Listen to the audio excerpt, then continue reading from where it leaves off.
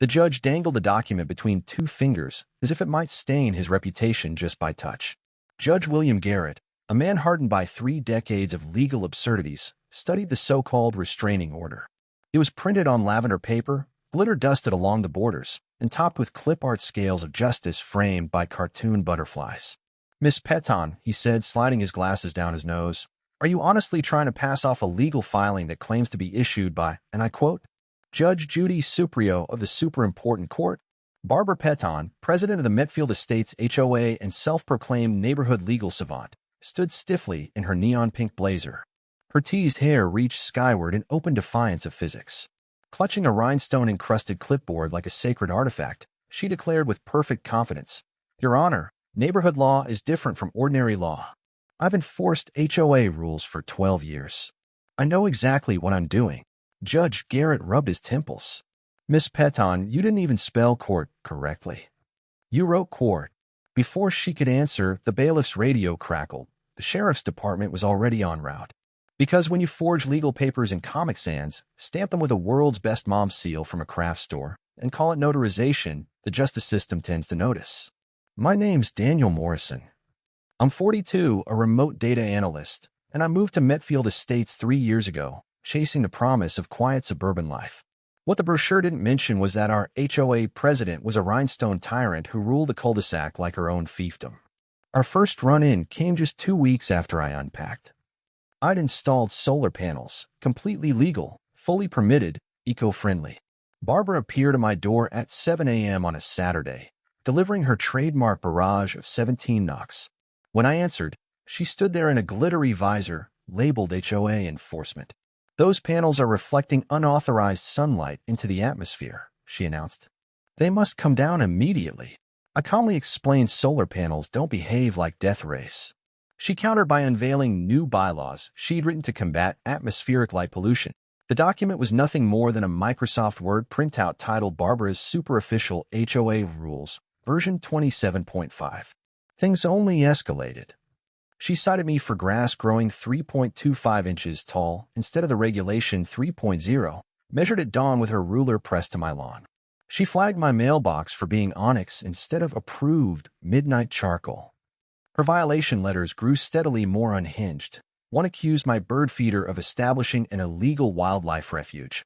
Another claimed my wind chimes transmitted subliminal messages against HOA authority.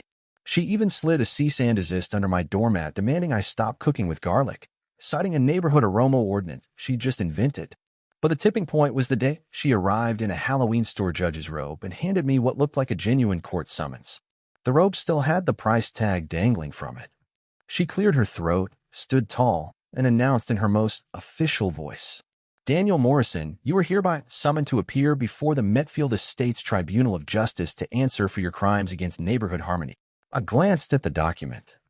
The header displayed a self-made seal, an eagle clutching a gavel while wearing sunglasses.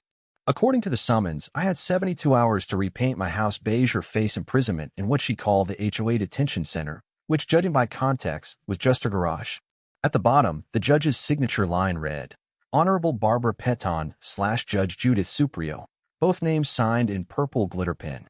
That was the moment I realized this wasn't just annoying anymore. It was potentially criminal. I brought the summons to my friend Tom Brennan, a lawyer. He laughed so hard he nearly spit out his coffee, but when he finally caught his breath, his tone shifted. "Dan, this is forgery. She's impersonating a judge. This isn't quirky, it's illegal. We took it to the county courthouse." The clerk at the filing window, Patricia, who'd been there for 2 decades, took one look and sighed. "Oh no, not her again."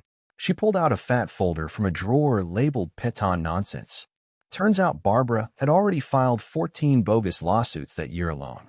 Patricia flipped through examples. Last month, she tried to sue a family for owning a trampoline, claiming it was launching children into restricted airspace. Patricia made some calls, and within the hour we were in a meeting with Assistant District Attorney James Chin. He spread Barbara's legal documents across his desk. The pile was astonishing: fake cease and desist orders banning unauthorized happiness during quiet hours, subpoenas commanding neighbors to appear before her invented HOA Supreme Court, even an injunction accusing a resident with too many houseplants of hoarding oxygen. Chen shook his head. "She's been impersonating legal authority, and terrorizing neighbors with forged paperwork for years. We're filing charges immediately. The preliminary hearing was scheduled the following week. Barbara arrived dressed like royalty. She wore a sparkling tiara, carried a rhinestone-studded briefcase that read Legal Eagle, and even brought a bedazzled gavel, which security promptly confiscated. She chose to represent herself. Big mistake. When the judge asked her about the forged documents, she launched into a 40-minute PowerPoint presentation. Somehow, she had convinced the bailiff to set it up. Her slides had dancing cartoon judges and swooshing transition effects. Your Honor, she began, clicking through animations of scales of justice spinning like slot machines. The HOA exists in a sovereign bubble. We operate under a hybrid of maritime law and bird law. It's very complex. The judge slowly lowered his pen. Miss Peton, did you just say your HOA runs under bird law? Yes, Your Honor, she replied confidently. Specifically in cases of bird-related violations. It's detailed in my handbook. She proudly held up a 3-ring binder whose cover was a photoshopped image of her face replacing the Statue of Liberties. The prosecutor then laid out 23 forged documents, each with increasingly bizarre judge names: Judge Harry Lightning, Magistrate Thunder McKenzie, Justice Sparkle Washington.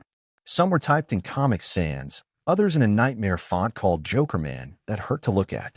One document had her own name misspelled as Braber Pemberton. When pressed, she insisted it was a sovereign citizen spelling that supposedly carried more legal power. She couldn't explain what that meant. The breaking point came when the prosecutor produced a cease and desist order Barbara had written to shut down a 9-year-old's lemonade stand. It accused the child of running an unlicensed beverage distribution operation and threatened legal action if the stand wasn't closed immediately.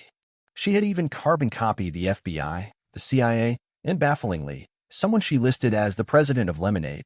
Miss Peton, the judge said, his voice heavy with exhaustion. You've been harassing your neighborhood with fake legal filings for years. You've forged seals, impersonated judges, and invented an entire alternate legal universe. Do you understand how serious these charges are? Barbara rose, tiara glinting under the fluorescent lights. Your Honor, she said with theatrical sincerity, everything I did was to protect property values. I acted for the greater good of Metfield Estates. These people don't appreciate the necessity of matching mailboxes or synchronized lawn mowing schedules. Then came the fatal misstep. With a flourish, she produced what she claimed was a presidential pardon for herself. It was signed by none other than President Barbara Peton of the United Neighborhoods of America. The judge's face turned crimson. Bailiff, he said quietly, take Miss Peton into custody. The courtroom erupted. Barbara shrieked about diplomatic immunity as an HOA president.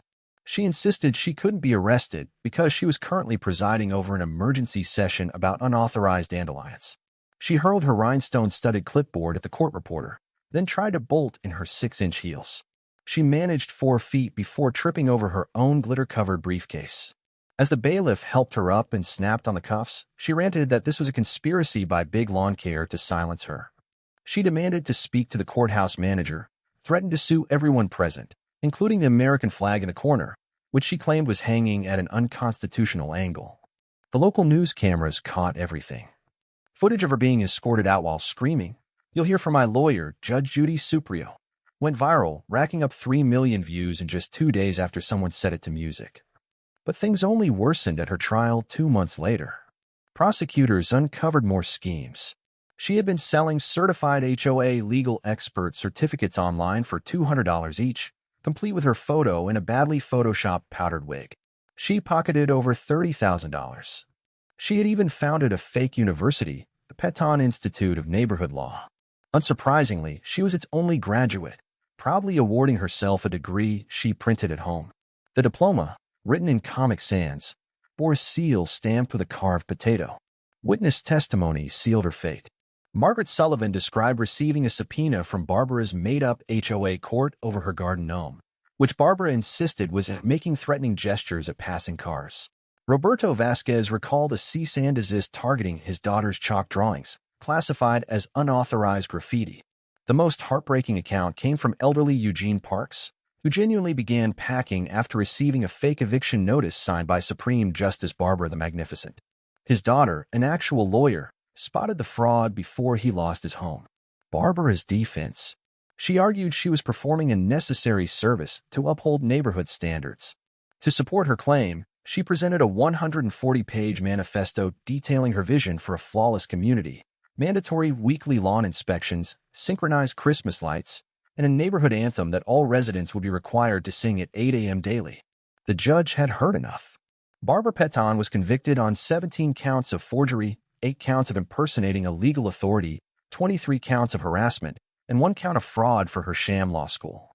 Her sentence was swift: 3 years in prison, parole possible after 18 months, plus $50,000 in fines and restitution. She was permanently barred from serving on any HOA board in the state. Her fake law school was dismantled, and she was ordered to refund all money collected from her bogus certificates. As the sentence was read, Barbara's face cycled through every shade of red imaginable. Her lacquered hair helmet began to sag, and her tiara slipped sideways. When the gavel fell for the final time, she let out a wail that sounded like a malfunctioning air raid siren before collapsing into her chair, muttering about the fall of suburban civilization and the rise of anarchists.